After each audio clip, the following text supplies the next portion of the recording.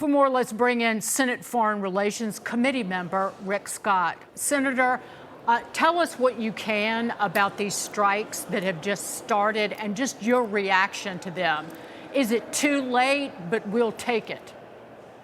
Well, they've played Trump, and I think Trump's right. We've had presidents that have been appeasers. Biden, Obama have been appeasers, and Trump's not. He's not going to let Americans, your family, my family, killed by nuclear weapons. He's not going to let it happen. And so, unfortunately for the Iranian Revolutionary Guard, they're going to be destroyed, absolutely destroyed. But we are not going to allow them to have nuclear weapons. I wouldn't mess with this president. He's going to look at him. He stands up for the right stuff. He's tough. And it's a big change from Obama and Biden, who are appeasers. You've called for a final blow against the Iranian regime. I note that the administration is characterizing these strikes as self-defensive strikes. Is this the final blow you've been calling for to really create change within, I guess, whoever in Iran we're negotiating with right now? Well, first off, you don't underestimate the president's ability to get a deal, right? So he wants a deal. He doesn't want war. None of us do. But they can't have nuclear weapons. So I've always believed in the end, the Iranian Revolutionary Guard will not do a deal, so they're going to be demolished. So I think this is probably the beginning of the end of the Iranian Revolutionary Guard, and we'll get a deal. We're going to get a deal. Unfortunately, there's going to be a lot of members of the Iranian Revolutionary Guard that are going to be killed in the process. Senator, do you know anything about the 100 million barrels of oil that has come through the strait that President Trump was talking about?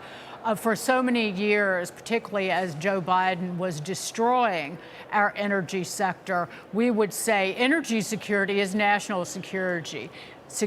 Energy policy is foreign policy. And that's never more true than today and in the last few months. It's the very reason why oil prices are around $90 and change rather than $150. But the crude has to move, and doggone if it isn't. What do you know about this? Well, you should thank the American military. I mean, not only you should thank Trump, because what he's done is he's made sure that we're self-sufficient. We've increased drilling. He's doing everything he can to make us energy independent. But then on top of that, our military has allowed, now we have ships being able to get through the Strait of Hormuz, that we can keep oil prices not as low as we'd like. When this gets over, oil prices are going to come down more. When we get freedom, democracy in Venezuela, it's going to even come down more.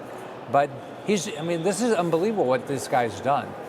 He's demolishing their ability to defend themselves, and he's bringing oil through the strait, which they didn't want to happen. So hands off to President Trump. Yeah, it's an absolute game changer. You're right about that. Senator, I want to ask you about this as well. The president is asking Congress for a short-term FISA extension, and there's an impasse over Bill Pulte's his appointment as an acting director of national intelligence. I guess Democrats want to fight about anything. They'll find something and say, this is a reason we can't pass this.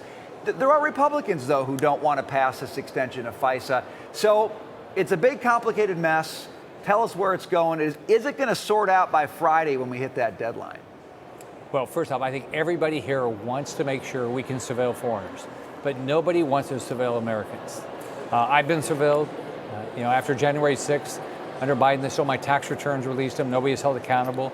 Bozenau did it. They weren't held accountable. Under Clinton, they targeted my company because I went against Hillary Care. So there's weaponization of governments happening. So Bill Pulte is not the issue here. The issue is we all have to get in a room. Everybody that wants to make sure, there's two streets here. We do want foreigners surveilled. We don't want Americans. There's a deal here, but we got to get everybody in the room and come up with it. Well, that sounds like it's going to take a long time, and I certainly know. So right now you're a no, Senator, because there were, and you can disagree with me on this, there were significant reforms 2 years ago to the point that even Jim Jordan changed his mind about the last extension of the FISA authorization. So you're still a no, so what needs to change? We've got to get a warrant requirement. We've got to make sure that they can't do this. Here's my concern. We know that under Obama, we know that under Biden, that people have abused the system. Have you heard of anybody getting fired? No, there's no accountability. So I want accountability. If I did, I'm a business guy. If I did the wrong thing, people didn't do business with me. So that your federal government needs to start working the same way. And that's why we need a warrant requirement. Is that realistic by Friday, Senator? Just really quickly, I hear what you're saying. Is that going to happen by Friday? Or is this thing, like, what happens if this thing, Friday comes and goes, no extension, we got no FISA? Does that put Americans at great risk? Well, hopefully we'll have an extension. But here's what I don't get. So we'll do an extension probably for a couple weeks, 3 weeks, but everybody will talk to each other. And then the last few days, people say, oh, we got to get this done. No, let's sit down. Think about it. In a business, what you do is if you want to get something done, you sit down every day and you listen. What are your concerns? How can I address your concerns? That's not happening. That's what we have to do. Okay, Senator, we will watch it. Thanks very much for being with us tonight. Good to see you. Nice to be with you. Bye-bye. All right. Bye.